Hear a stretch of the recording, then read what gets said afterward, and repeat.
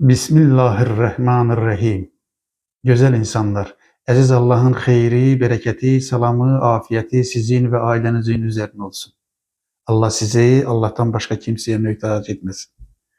Biz bildiğiniz kimi Kur'an-ı Kerim'imizi, Allah'ın kitabını, Kelamullah'ı tanıtmaya çalışırıq. Niye göre? Çünkü Allah'ı tanımak isteyirik, insanı tanımak isteyirik, hayatı tanımak isteyirik, bu dünyanı tanımak isteyirik, ahireti tanımak isteyirik. İsteyirik ki bilək ki, necə yaşasaq bu hayat bizim için sevinç kaynağı olacak, huzur kaynağı olacak. Necə edək ki, Allah'ın bize verdiği bu ömrü xeyrə, berekete, elmə, təsirə, barışa, qardaşlığa həsr edək gözəl insanlar. İnanın ki, Allah'ı, Kur'an-ı Kerim'i, Allah'ın elçilerini tanımak, onu öğrenmek, hayatına tetbik etmek bunun üçündür. Aziz Allah kitabını ona göre gönderip ki insan hoşbəxt olsun.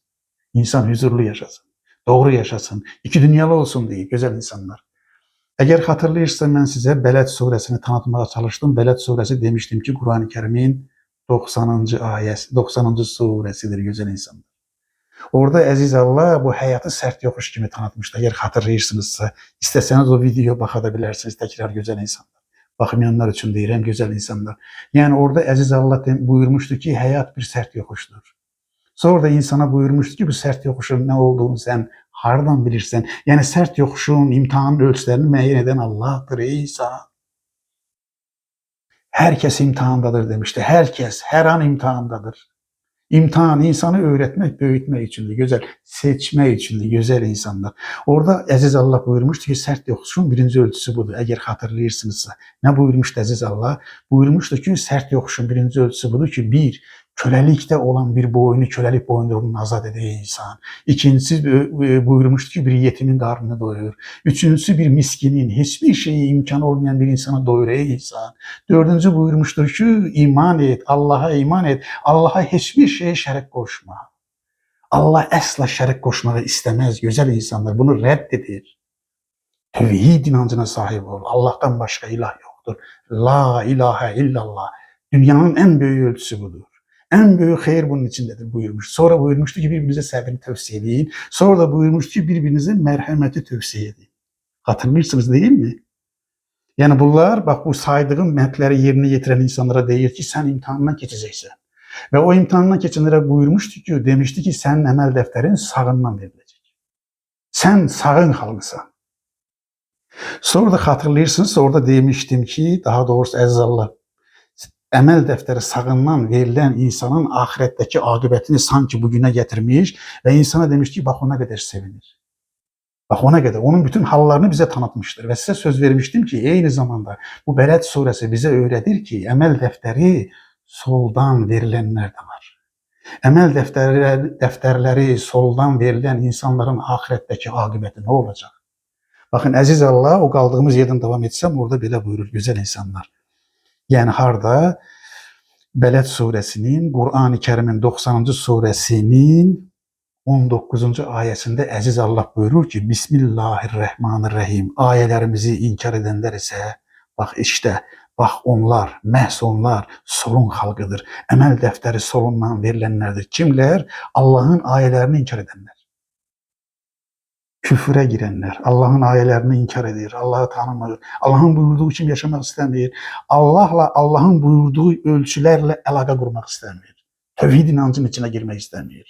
Öz çıxarlarına, ne bileyim əxlaqına, düşüncesine göre yaşayır. Onlara Aziz Allah buyurur ki, bak ayələrimizi inkar edenler ise solun halkıdır. Əməl dəftərləri soldan verilecek. Əməl dəftəri soldan verilen insanın ahiretteki akıbeti ne olacak güzel insanlar?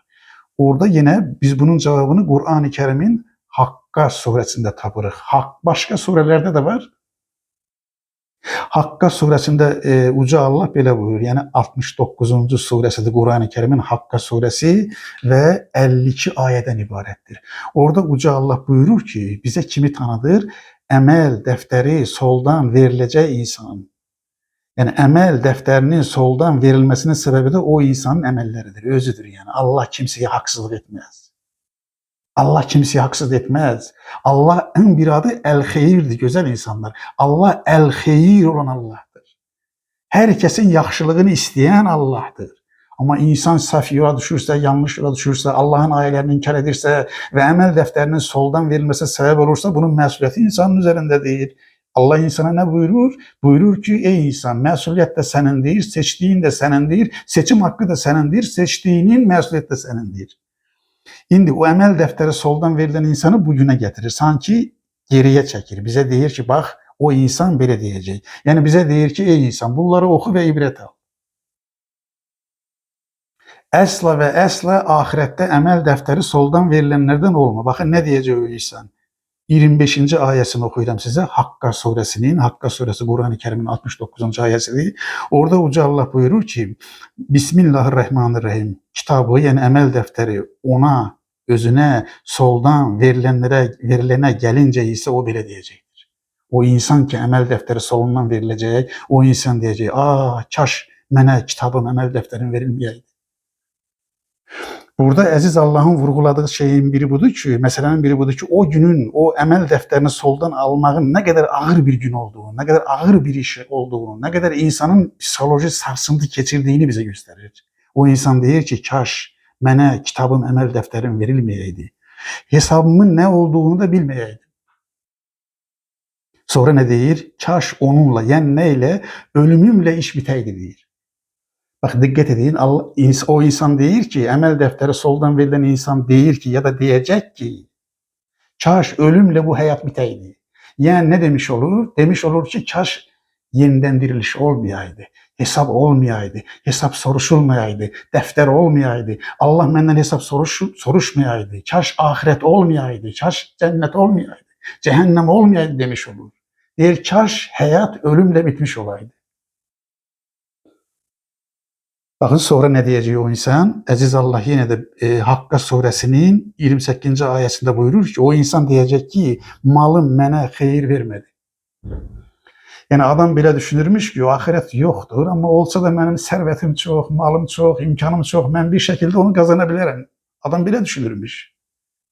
Bakın burada iki ölçü diyelim. Aziz Allah bir şeyi, bir meseleni iki yönlü açıklayır. Yani servet, var, devlet, insanın ahirette ahiret azügesi olabilir mi? İnsanı ahirette xilas edebilir mi? İlahi rızanı kazandırabilir mi? Buna Kur'an-ı Kerim bəli deyir. Yani Kur'an-ı Kerim insanlara yoksulluğu tebliğ edemir. Eksine çalışın deyir. Emeğiniz olsun, pulunuz olsun, servetiniz olsun, zekat verin. Xeyri, bereketi bir insan malıyla necə çoxaldabilir? Serveti olmalıdır ki çoxaltsın. Yani Kur'an-ı Kerim əsla ve əsla yoksulluğu tebliğ etmez. Ama Kur'an-ı Kerim deyir ki, eğer ey insan istəyirsense ki servetin ahirette ahiret azıqası olsun, sana ilahi rızanı kazandırsın, bunun şartları budur. Bir, halalından kazan. Oğurluq eləmə, rüşvət alma, haram yemə, halalından kazan. 2, ihtiyaçlarına göre xərclə. 3, eğer servetinden bir şey kalarsa o servetinle de dikkat edin burasına, xeyri çoxalt, bereketi çoxalt, yetimleri doyur, yoksulları doyur, mektepler aç, məscidlər aç, yollar çək, bulaqlar çək, imkansız insanlara kömək ilə, elmi, təhsili çoxaldırsansa, Allah'ın sana verdiği o servet ahirette ahiret azıqası olur ve seni xilas edir. Bunu hansı insan edebilir? Kur'an-ı Kerim bize öyledir ki bunu ancak servete emanet kim bakan insan eder. O insan bile fikirleşir. Benim elimde servetim var, malım var, imkanım var. Bunu bana Allah verir. Bu emanettir. Bu benim değil ki. Mülkün gerçek sahibi Allah'tır değil. Ve servet, eldeki imkanlar ahirette yük olabilir mi? Bakın, servet ahirette nimet dolar, hayır dolar, azıqə dolar, yük dolar. Çünkü bu adam deyir ki, hansı adam? Emel defteri soldan verilen insan deyir ki, benim malım bana bir hayır təmin eləmədi burada. Eğer sen haramdan kazanarsansa, rüşvetle kazanarsansa, insanların hakkını yiyersense, o servetini ancak özü için sərf eləyərsensə, tek dünyalı olarsansa, servetinle xeyri, bereketi çoxaltmazsansa, servetin ahirette sana yük olur. Seni rezil eder deyir. Bakın sonra ne söyleyir? O insan deyir ki, benim, bakın, səltənətim de menden yok olup gitti. Yani elimdeki imkan, hakimiyet, güç, hamısı yok olup gitti. Yani bugün hiçbir şey yaramadı. Yani Aziz Allah burada da yine iki ölçü koymuş olur. Yani deyir ki, elindeki səltənət, hakimiyet, imkan, vəzifə, ahirette sana ahiret azıqası da olabilir. Necə olabilir? Elindeki o gücü, o imkanı, maddi gücü, siyasi gücü, iktisadi gücü, bütün gücü, o vəzifənin verdiği imkanları xeyri, bereketi çoxaltmağa sərf etsən, senin səltənətin de ahiret azıqası olur. Eğer o verdiğin elde verdiği imkanları sen şere hasretsen, onda o sana yük olar. Onun hesabı çok ağır olar. Güzel insanlar. Yani iki ölçü koymuş oldu. Ondan sonra da buyurur ki aziz Allah. Kime buyurur? Kimin akıbetini açıklayır bize? Emel defteri soldan verilenler. Allah'ın razı olmadığı insanlar. Orada Uca Allah buyurur ki, bütün bunları sayandan sonra buyurur ki 30. ayette. Bismillahirrahmanirrahim. Allah meleklerine belə diyecektir. Onu yakalayın ve bağlayın. Sonra onu alovlu ateşe doğru yöneldin. Sonra onu 70 arşın uzunluğunda bir zincirle oraya, o ateşe atın. Niye göre? Bakın 33. aya belə deyir. Niyesini açıklıyor, sebebini açıklıyor. Buyurur ki, Bismillah. Şüphesiz ki o kim?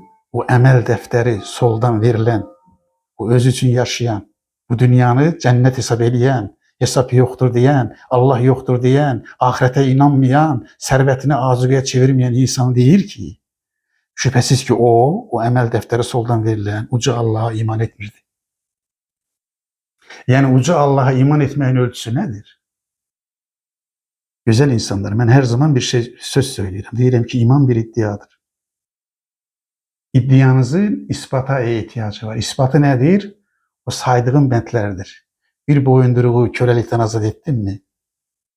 Bakın, imanımızın iddiasını diyelim. Subutunu gösteririm. Ben göstermiyorum, Allah gösterir. Bir boyunduruğu, kölelik boyunduruğunda olan bir boyunu kölelikten azat ettin mi? Bakın, yetimi doyurdun mu? Yoksulu doyurdun mu? Allah'a iman ettin mi? Tevhid inancına sarıldın mı? Şirkin her növünü reddettin mi? Sabri tövsiye ettin mi? Merhameti tövsiye ettin mi? Bak bunları edirsense bu sureye göre, başka surelerde başka ölçülerde var. Bu sure değil ki bunları edirsense Allah'ın sana verdiği ömür nimetinin hakkını verirsen. Yani nankör olmursan. Şükür içinde olursan. Deyirsən ki ben Allah'a iman edirəm. İmanımın dəlili de bu saydıklarımdır. Ama Allah'a iman etmirsense, yani Allah'ın buyurduğu kimi yaşamırsansa, ömre, hayata, aileye, insana, servete, mülke, seltenete, her şeye mülkiyet kimi bakırsansa akıbetin budur deyir. Şimdi bu ailelerden güzel insanlar toparlayıcı olarak bir neçə çıxardığım bəndi də sizlə paylaşmaq istəyirəm ki, fikrimizi tam izah edebilmiş olun güzel insanlar. Birinci bu ayələr, yəni Bələd surəsində və Bələd surəsi ilə bərabər o biri ayələrdə, surələrdə oxuduğum ayələr bizə deyir ki, güzel insanım, bir, insana deyir ki, ey insan, iki dünyalı ol. Bakın, iki dünyalı ol deyir. Bu dünyanı ahiretten ayırma. Rabbena atina fi dünya həsənə və fil ahireti həsənə. Rabbim benim bu dünyamı da güzel yarat, ahiretimi de güzel yarat ve qina əzabennar. Ve beni cehennem ateşinden koru. Bakın, iki dünyalı insan güzel insandır. Mümin iki dünyalıdır. Ancak bu dünya için yaşama. Bu dünya 50 yıl, 60 yıl, 70 yıl, 80 yıl bitecek. Bitecek. Ölüm haktır, kaçış yoktur. Allah'tan kaçamazsın. Ahiret var ey insan. Diriliş var ey insan. Hesap var ey insan. İki, deyir ki, ahiret hesabıyla yaşa. Yani bir iş görende insan, bir Müslüman, yani Allah'a inanan insan bir iş görende belə fikirləşməlidir. Benim gördüğüm bu işe Allah ne der? Bakın, bilirsiniz de bizim bir xəstəliyimiz var, milli xəstəliyimiz. Ne deyərlər? Falan kəs ne deyər? Qonşu ne deyər? O ne deyər? Bu ne deyər? Başkaları ne deyər hesabıyla yaşayan insan güzel insandır. Burasına dikkat edin. Öz hayatını yaşamır. Başkalarının hayatını yaşayır. Özünü merkeze koy. Sen bile düşün, Müslüman bile düşünmelidir. Allah ne diyer? Bakın ne kadar büyük şuur verir. Allah ne diyer desek, bakın bu ölçüye insanlar gelse israftan kurtular. İnsanlar niye böyle şatafatlı, tenteneli toylar edirlər? Çünkü ne diyer ölçüsünü yaşayırlar. Bakın, Allah ne diyer ölçüsünü yaşayan insan bunu etmez, israf etmez. İnsana deyir ki, ahiret hesabıyla yaşa. Üçüncü ne söylüyor? Bak, buyurur ki, ahiretin, dikkat edin burasına güzel insanlar, bu okuduğum ayetler bu değil ki, ey insan, ahiretin kazanıldığı yer bu dünyada. Ne tökersen aşına, o da çıkar qaşığına deyir. Bu dünyada elə işlər gör ki, Allahın sənə verdiyi ömrü imana və salih əməllərə xərclə. Ahirətini burada qazanırsan ey insan. Buradakı həyatını doğru dəyərləndir və ömrünü xeyir işlərin içərisində yönəlt. Dördüncüsü deyir ki, baxın, bu dünyada xilaskar ey insan. İnsan xilaskar axtarmağa meyillidir. Bir sıra din tacirləri də sizə xilaskarlar tanıdırlar. Falan kəs xilaskardır. Falan kəsin ətəyindən tut keç, səni qurtaracaq. Yox elə bir şey, gözəl insanlar. Quran deyir ki, xilaskar özünsən ey insan. İmanın və salih əməllərindir. Beşincisi deyir ki, gözəl insanlar. Bu ayələr bizə deyir ki, insan məsuliyyətli varlıqdır. Allah insanı ağıllı, iradəli, vicdanlı yaradıb. İnsana deyir ki, ey insan, doğruları öyrənmək sənin haqqındır. Seçmək sənin haqqındır. Seçdiyin məsuliyyət də sənə aiddir. Beşincisi deyir ki, hər şey əmanətdir. Baxın, nə qədər böyük şuur verir insan. İnsana deyir ki, özünə, birinci özünə, insan özünə əmanət kimi baxmalıdır. Allahın əmanət, yəni əmanət kimi baxmaq bu deməkdir. Bu, mənim sahib olduğum heç bir şey mənim deyildir. Şeyx Nizami deyir ki, nəyə mənim deyirsənsə o sənin deyildir. Yəni, hər şeyin sahibi Allahdır. Ailəm Allahın əmanəti. Ölkəm Allahın əmanəti. İnsanlar Allahın əmanəti. Çiçəklər, böcəklər, su, dəniz, hər şey Allahın əmanəti. İnsana deyir ki, kainata, varlığa, heç bir şeyə mülkiyyət şuuruyla baxma, əmanət şuuruyla bax. Əmanət həm də nə deməkdir? Allahın bir insana bir şey əmanət etməsi həm də o deməkdir ki, gözəl insanlar. Allah insana məsuliyyət verir. Allah deyir ki, bax bunu sənə əmanət edirəm, sən qoru bunu. Bunu Allahın qoyduğu təyinata görə xərclə və bil ki, Allah sənə nəyisə əmanət edibsə, nələri əmanət edibsə, onların hamısının hesabı var ey insan. Bu ayələr həm də bizə deyir ki, gözəl insanlar, bu dünyada insanın, burasına diqqət edin, hər əməli qeydə alınır. Axı, əməl dəftəri deyir. Əməl dəftəri soldan verilənlər, əməl dəftəri sağdan verilənlər. Bizə deyir ki, əməl dəftəri var. Hər şeyə qeyd olunur. Ey insan, ondan, bundan, kimdənsə nəyə gizləyə bilərsən? Ha, ola bilər. Amma Allahdan heç bir şey gizləyəməzsin. Niyə görə? Baxın, bir ölçüdə budur. Çünki Allah hər şeyi görür. Allah hər şeyi bilir. Və Allah hər şeyi eşidir. Əməl dəftərinə qeyd olunur ey insan. Əməl dəftərin bir gün qarşına gələcək ey insan. Və nəhayət bu ayələr deyir ki, hər insana, gözəl insanlar, hər insana əməyinin qarşılığı var. Allah əl-xeyir olan Allahdır. Allah zərrə qədər yaxşılıq edənə yaxşılığının əvəzini verəcək, zərrə qədər pislik edənə onun qarşılığını verəcək. Yəni ey insan, ahirət bu dünyada qazanılır. Sən bu dünyadakı ömrünü imana və salih əməllərə sərf et ki, ahirətdə əməl dəftərin sağdan verilənlərdən olasan, deyir, buyurur gözəl insanlar. Allah hər şeyi görür, Allah hər şeyi bilir və Allah hər şeyi eşidir. Mən də hər şeyi görən və hər şeyi bilən və hər şeyi eşidən əziz Allahın huzurunda sizə deyirəm ki, gözəl insanlar, Allah bizə bir ömür əmanəti verib. Gəlin ağlımızdan, iradəmizdən, vicdanımızdan doğru istifadə edək. Bu dünyada elə əməllər işləyək ki, İmanımız və salih əməllərimiz olsun ki, ömrümüzü xeyrə, bərəkətə, qardaşlığa, rifaha, elmə, təhsilə, xeyrin, bərəkətin çoxalmasına həsr edək ki, ahirətimizi bu dünyada qazanaq ki, ömrümüzü ahirət azıq, ömrümüzü, sərvətimizi, imkanlarımızı, nəyimiz varsa hamısını ahirət azıqəsinə çevirək ki, əməl dəftərimiz, hesab günü sağdan verilənlərdən olaq. Deyirəm, gözəl insanlar. Məni dinlədiyinizə görə sizə təşəkkür edirəm. Var olun, sağ olun. Əziz Allahın sonsuz, sınırsız mərhəmətinə əmanət olun. Gözəl insanlar.